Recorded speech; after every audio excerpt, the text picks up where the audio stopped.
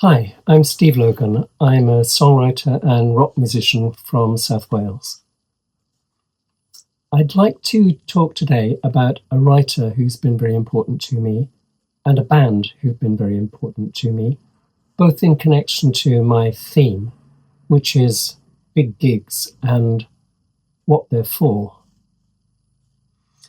The band is the Manic Street Preachers. I grew up not very far from them, and I've done a video, link below, on my own sense of the distinctive culture that they come from and that I come from, and how it can seem to be threatened by consumerism, post-industrial decline, and political misunderstanding from outside.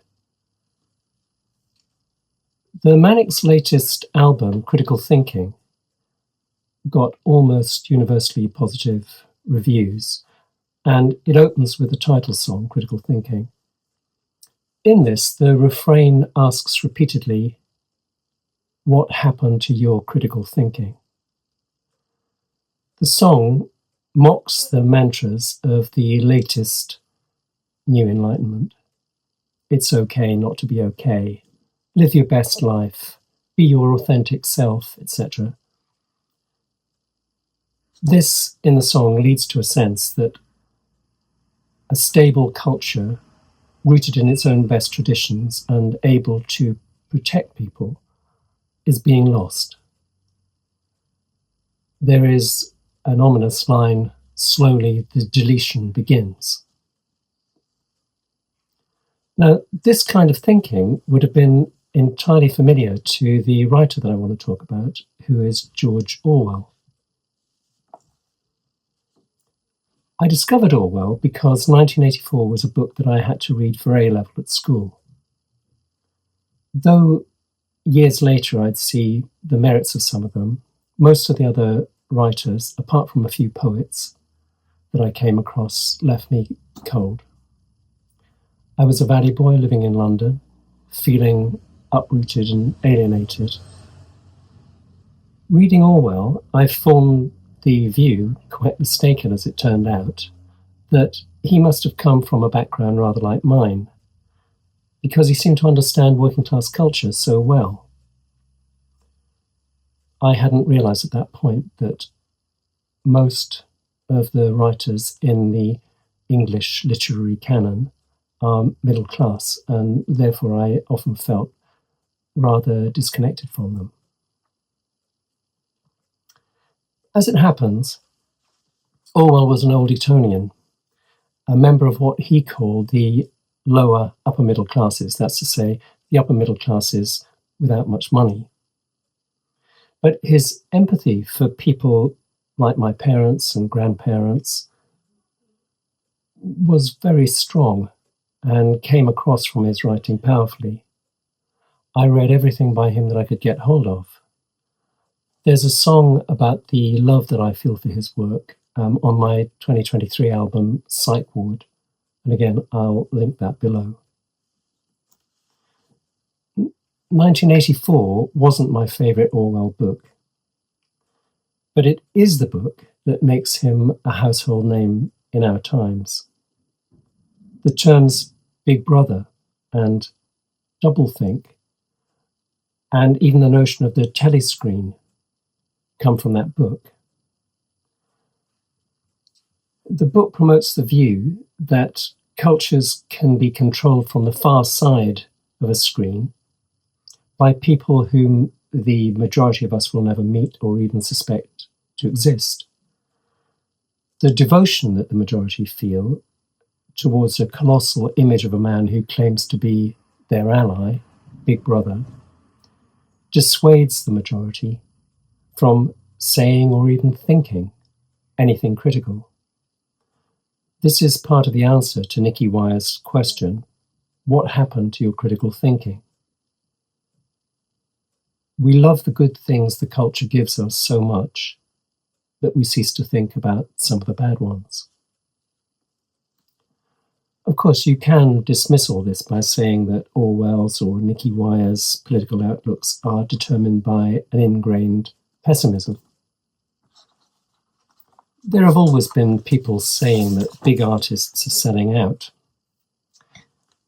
I remember a film of a Crosby, Stills, Nash and Young concert where a fan held up an expensive, or what was then an expensive ticket, and points out that the band used to be against this sort of establishment chicanery. The same sort of thing has been said about the Beatles, Led Zeppelin, the Stones, just to confine myself to older examples, so as not to say anything too invidious.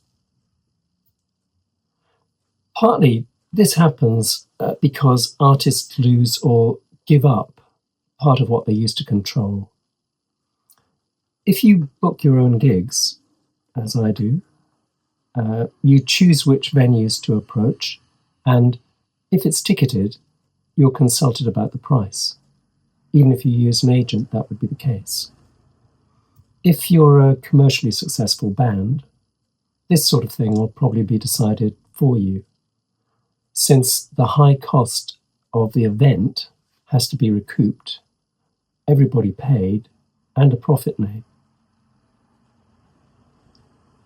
Now, I've got all this in my head lately because I've been looking at footage of some big gigs. I've been to some big gigs, of course, and I've enjoyed feeling caught up in a collective experience which is often flooded with joy. But sometimes I wonder what's going on exactly. I wonder if, for example, Richie Edwards of the Manics didn't step out of the limelight, partly because something about the fame business, which he'd initially angled for, unnerved him. Think of the look of a very big gig in a stadium. It's not unlike a Big Brother rally in the two main films of Orwell's novel 1984. People moving in unison, holding up gleaming phone screens like votive candles. The video screens, there because we can't really see the figures on the stage, are like telescreens, which we gaze at adoringly. All this can be seen as an expression of community and togetherness, and in some real sense, it will be that. But it can also be seen as an act of obedience to whoever on the far side of the band is controlling the show. Think of the cost. According to ChatGPT, the average price of a music festival ticket in the UK in 2025 is generally estimated to be around £400. That's not usually for a single day. The average price of a ticket to a big stadium gig is about £200. And again, many people will get tickets that are cheaper than that, and many people will pay much more than that. There are perhaps a majority of people in the UK who wouldn't be able to afford either of those prices, as perhaps they couldn't afford £2,000 for a holiday. Yet I can't simply bring myself to say that it's a con, because of the very evident joy that many people feel at stadium gigs and festivals. It's noticeable, however, that when you consider an artist whom you're not a fan of playing these gigs, it's easier to feel that there's something not quite right about them. It was a feeling like this which produced the British punk movement. James Dean Bradfield, one of whose early guitar heroes was Steve Jones of the Sex Pistols, once described the Manic's second album as rockist. He meant, he said, that they'd lost their way a bit and briefly bowed to commercial pressures. Yet it's a mark of the band's integrity that he says that about an album which is called Gold Against the Soul, and that's central to my theme today. The Manic's current album, Critical Thinking, has been praised as a return to their punk roots. And this, I think, shows that they're striving to preserve the impulse, the creative impulse, which is in part a political impulse, that brought them into the music business in the first place. We're all trying to conduct a rather complicated negotiation between that impulse, which is a private and personal thing, and the world which we want to get our music out into, and the business of music is what comes between and connects or separates those two things. Maybe the current situation is a bit like football. If you enjoy, as I do, seeing big football matches on TV, then you'll know that the salaries paid to the players, Messi, for example, is estimated to be paid £20 million this year, maybe more than that totally. Those salaries have to be recouped by selling expensive tickets and merch. There are investors and managers who want their cut.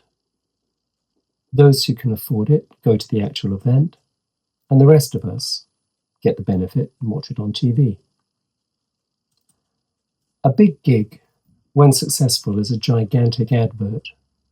It results in more music by the artist being promoted and heard.